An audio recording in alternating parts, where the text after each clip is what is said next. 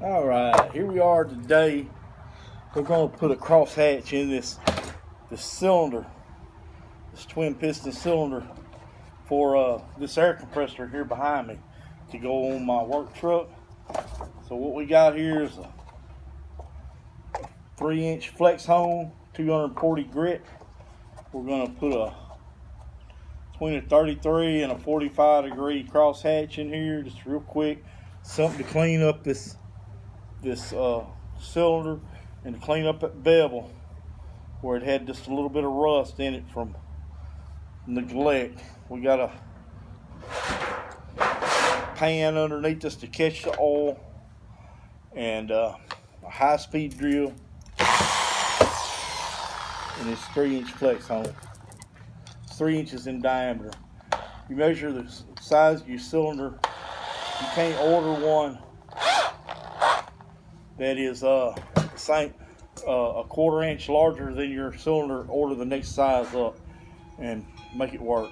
A lot of places you just can't go in there and buy these, but I found this one on eBay. I can't remember who it was, but just do a search for a flex hone or a ball hone, and it'll come right up and you can find them. You want to use just a little bit of motor oil.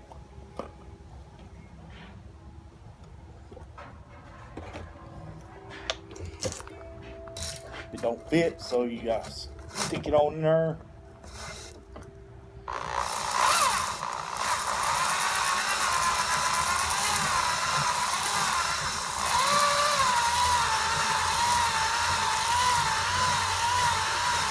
You just push it in and pull it out and kind of get it going at you can see your groove.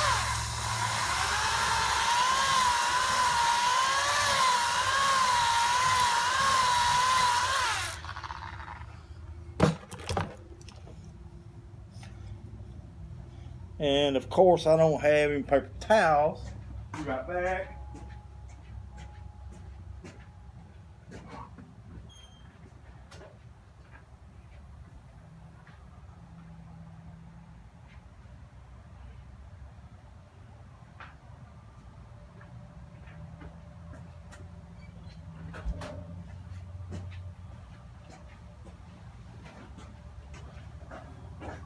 This is what helps seal your rings.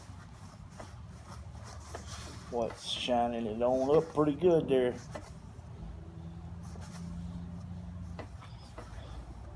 It ain't real critical. The guys at Campbell Hausfeld said that the ring in gap is whatever it comes whenever you buy your pistons, and it says it ain't real critical. You're not building a race car, so be it. We ain't building a race car, we're building an air compressor. See, that side's real shiny. Looks like I got about a 35-40 degree. I ain't gonna.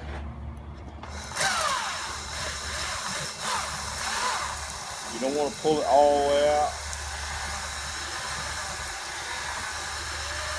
It's been a long time since I've done this.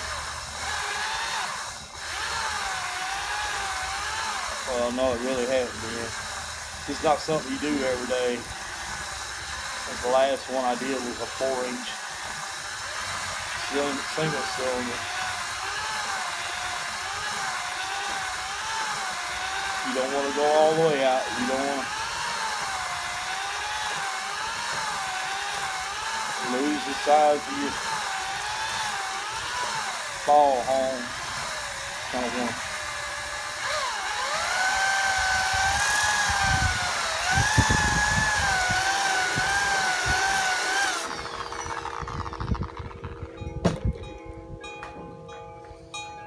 You ain't removing a whole lot of metal.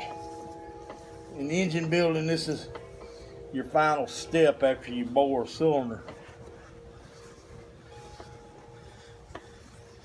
When you bore it, you don't have a crosshatch, so there's nothing for the oil to cling to, and there's nothing for the ring to actually seat up against.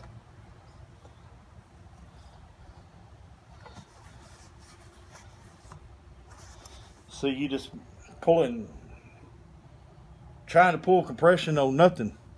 And a lot of times that leaves you with a 0 compression rating or a very low compression rating. What I found, small engines, people will they don't have a petcock on their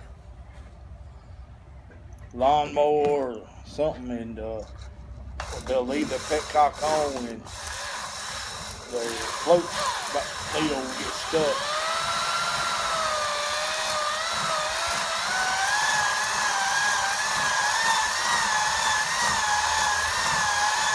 Float needle will get stuck, and then if it's stuck open and the gas is going through it, then it'll fill up the carburetor and it has no place to go, so it leaks out into the cylinder through the valve train, and then at that point it fills that cylinder up. And if you don't know what's going on, you fire your lawnmower up and blows gasoline out of your muffler. You don't really realize it. It's really not that bad at first, but then that gasoline will literally wash your crosshatch out, and then you're just in trouble all the way around. You don't have anything for your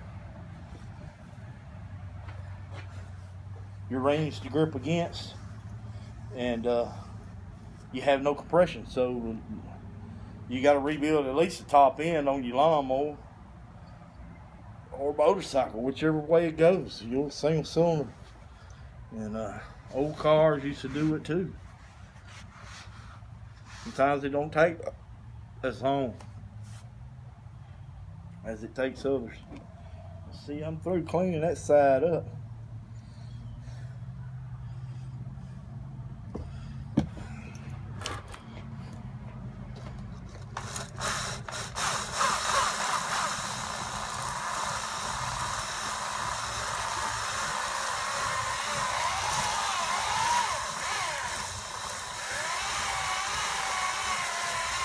Right now, he's looking for a crosshatch.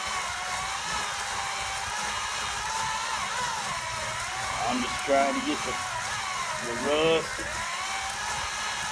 any malfunctions that's in there smoothed up. I ain't boring this because I only put air compressor. It didn't wreck the cylinder. I measured it. It wasn't out around too tapered.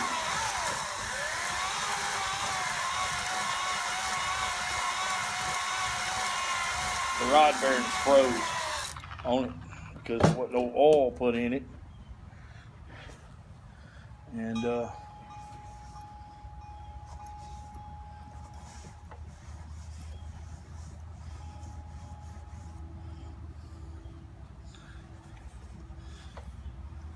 so the rods were ruined. Pistons, they were messed up because of the rods.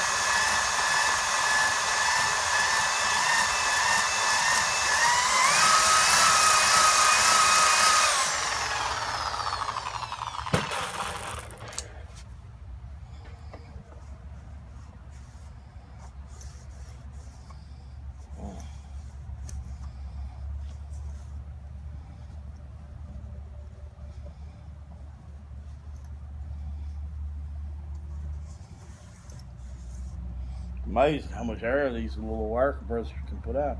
This one here put out 125, 130 pounds. Or even more. I know it'll run my impacts.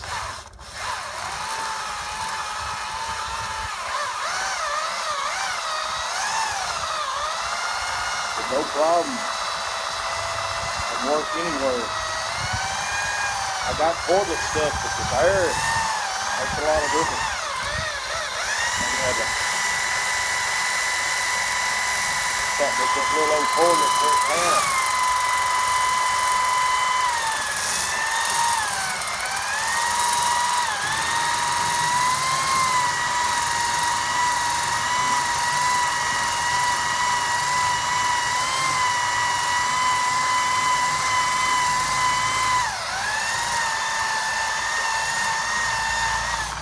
I know you guys are going to leave comments on here. I might not have said something in the right jargon or something like that, but that's okay.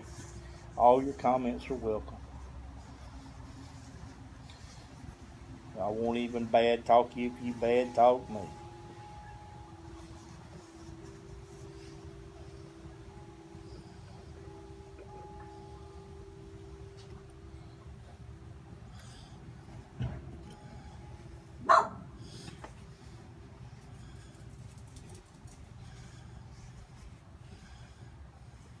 How many of you guys out there been to trade schools?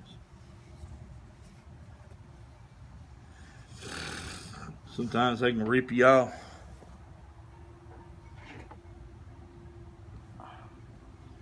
But your education really ain't what you do at the trade school, because you take what you learned at the trade school and you apply it. See, when you start applying it and you get somewhere with it, that's when it makes a difference. Because it makes a difference in your life.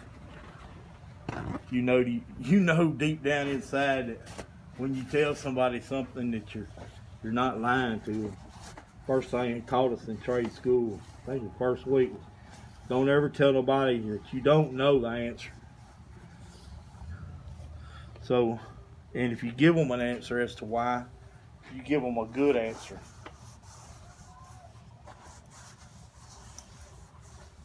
Be ready to back it up.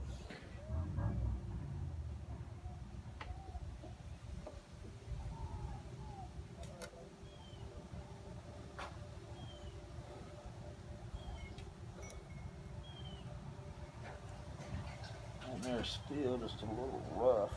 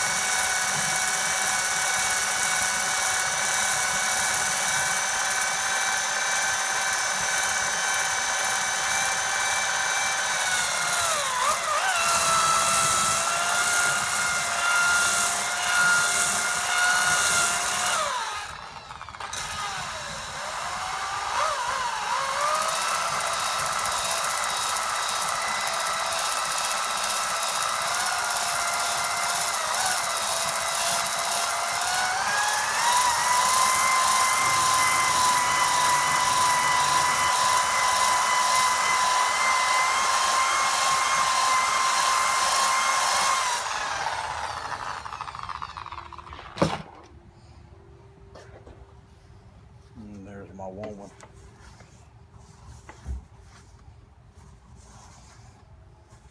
She's a good one.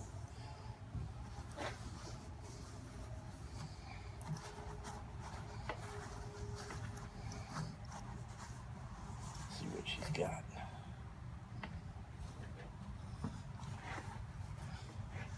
What you got, babe? Pecans, huh?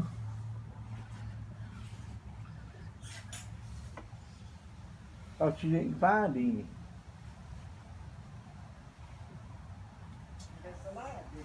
Woo! Huh?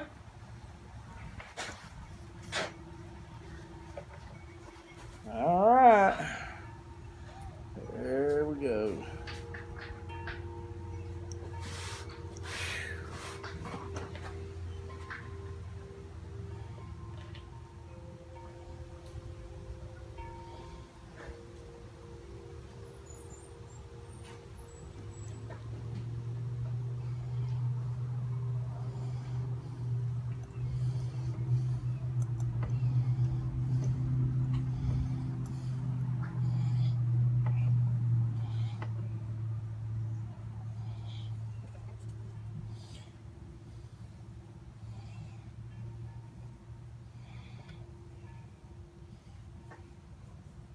Work on that a little bit more.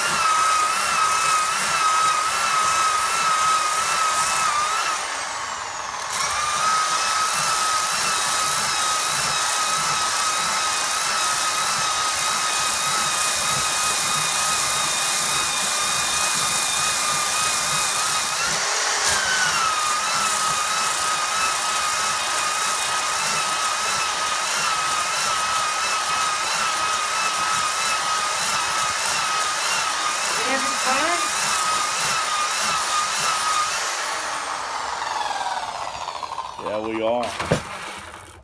Yeah, we are. We're live. Yeah, that's better.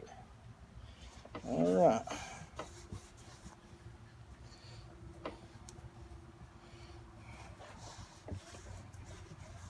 That ain't perfect.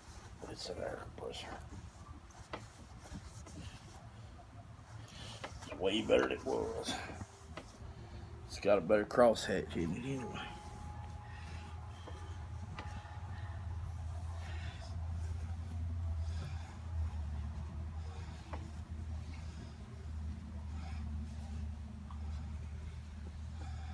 All right, I'm gonna clean this up with some gasoline.